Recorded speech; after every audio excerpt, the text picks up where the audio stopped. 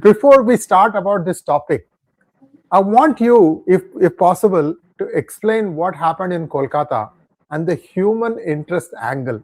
Please do that, because we need these kinds of stories so that our people understand that insaniyat Jinda. is so alive and well in India. Over to you, sir.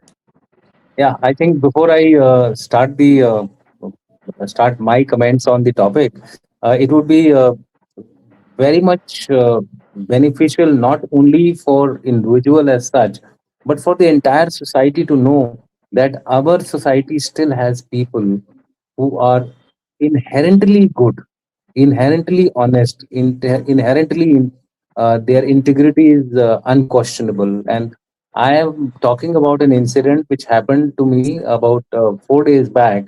I was traveling from Srirampur, a suburban town of Calcutta, to the Calcutta airport on the old GT road. Old GT road is not very well maintained, and it has a lot of uh, potholes, etc. And the maintenance is very very poor.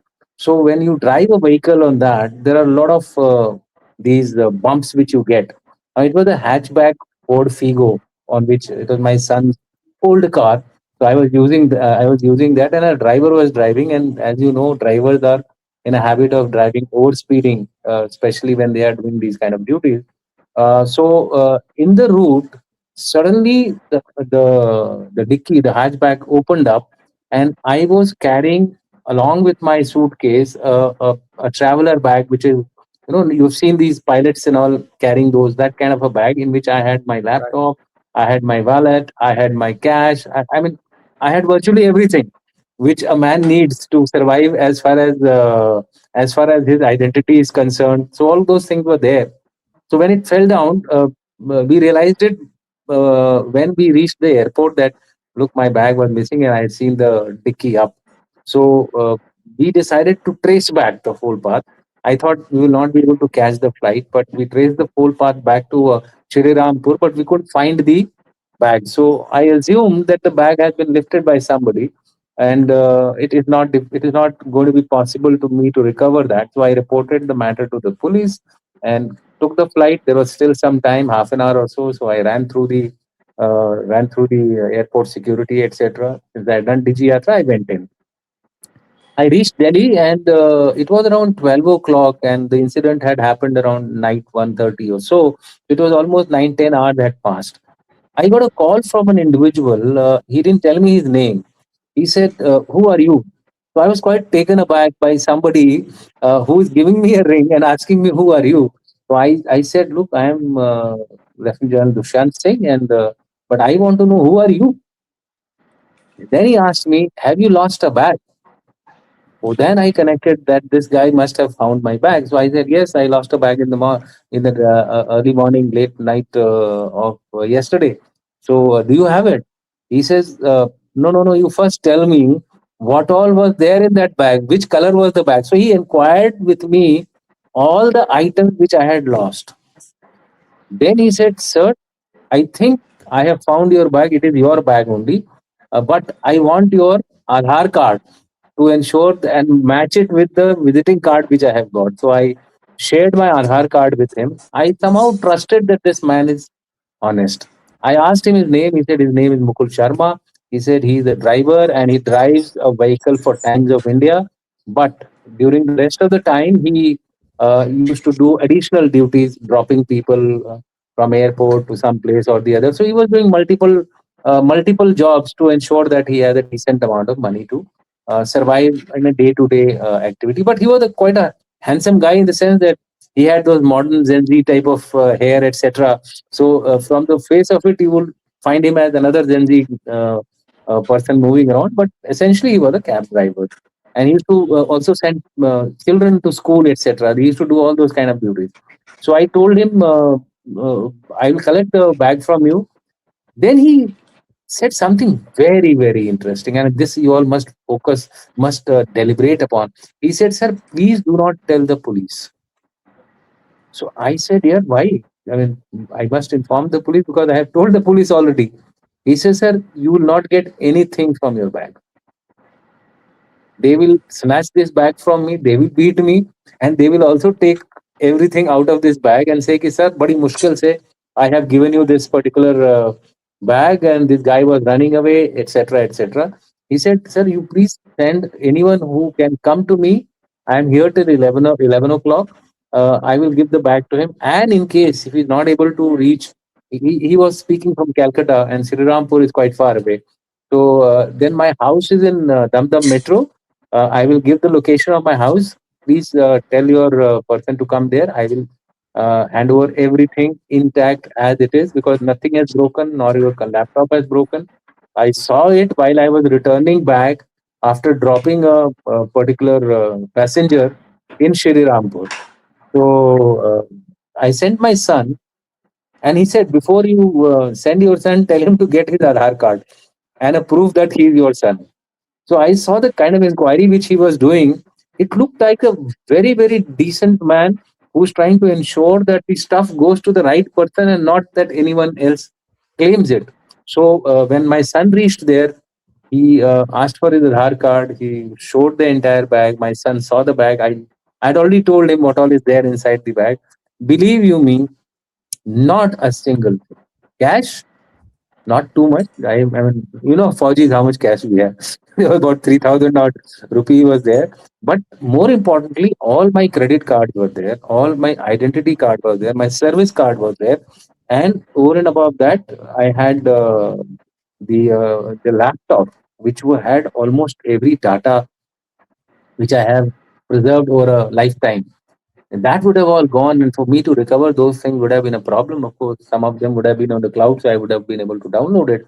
But overall, he returned everything intact. When my son, he said there are 3,000 rupees in this particular briefcase or suitcase, trolley bag. You please take all this. He said, sir, it was my duty. It was my respect for a military person. It was respect for our services. And because of that, I have done this. I don't want a single penny. I think this was a story which I have not seen in my life. I have lost my bags 3 times, and every time they have come broken, battered, and with everything lost. And this and one of them so happened. I don't want to share who got it finally, but what I'm trying to say is this is honesty par excellence, un unseen at least by me. I know there may be many more who shared on the Twitter as to who all had a similar experience. So hats off to all those people. They make the absolute strong foundation of India. And I am trying to get him some award if I can get. Let me see. There are some NGOs who honor such people. So with that, I think my brief story is over. Uh, I would like all of us to give a round of applause for him. Yeah. So now coming to the question proper of uh, today's show, which is how much ammo? Wow, what a question! When the Russia-Ukraine war was going on, there was a comparison made of artillery ammunition between America and Russia. Believe you me, the difference was not in 3 times, 4 times. Difference was in 100 times in capacity of making only. 12 to 14,000 a day was Russia, and they were around 300 to 400. That was the capacity of artillery ammunition. One is a democratic country, the other one was a bureaucratic authoritarian country. If you now translate that particular thing and that particular time, and there was no war being waged by America, what would be the condition today where the expenditure every day is $1.92 billion? And that is no mean money. There is a website where this what do you call that counter is going on of the expenditure being carried out by and it's not an Iranian site.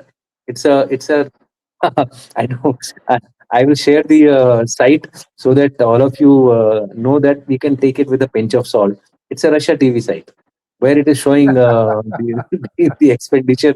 But even if you take 50% out of it, 60% out of it, still it is hell of a lot of expenditure. Navy comes to about 1.5 billion itself. The maximum expenditure is actually on the Navy. So because there are so many forces out there, there are the two aircraft carriers, Gerald Ford and Abraham Lincoln. There are other so many ships, frigates, etc. So what I'm trying to say is that the ammo power of America is definitely on the lower side. But is it lower than the Iranians? Definitely not. Does the Americans have the capacity to, or it's not only America, it's also Israel along with them. Do they have the capacity to outlast Iran? Yes, they have. It's only that the Americans don't know where to go because they had thought that they are going to finish the war between by 3 to 4 days, and then there would be a regime change. The public of Iran will rise up. I have direct communications coming from Iran to my what do you call mobile, where they are saying just the opposite. It has actually galvanized even the people who were opposed to Ayatollah Khomeini into a nationalistic fervor, where America has now become the enemy. Villain. Yes, I'm not talking of the peripheral areas of Kurdistan, Azeri area, or Balochistan area, or Hazara areas next to Iran, next to Afghanistan. Those are fringe parts, and by and large, you cannot say where which side they will blow. But Persians, 60% fully.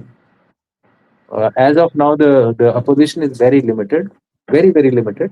There is an opposition to Ayatollah Khomeini's son, who has been recently elected as the supreme leader. I have my own theory that he has been elected to actually be sent out of Iran as and when they find that the Iranian situation is likely to deteriorate, and most likely the destination would be either China or Russia. That's the only time we'll say, but that's my assessment. I think the ammunition power is not that important. What is important is sustainability of war by both sides. Iran is at a major disadvantage, subject to, if there is support given by the Russians and the Chinese, which is less likely, but if it is given, then Iran is on a very strong wicket, because uh, by air itself, you cannot win wars. Land is the currency of victory. And in this case, unless you do a regime change with a favorable person, I don't think you can declare, America can declare itself as victor. It will be a stalemate, it will be a checkmate, it will be whatever you want to call it. And any stalemate, any checkmate is, and without any regime change, is a victory for Iran. They have suffered a hell of a lot of damage, but then that's what great civilizations are made of. This is my observation. So as of now, I feel both are in a catch 22 situation. America is in a catch 22 situation. Should they leave? If they leave, it's a defeat. Should they continue to wage the war? Yes, they can do so. That is the approach which President Trump has taken. But what is more important is, can Iran sustain?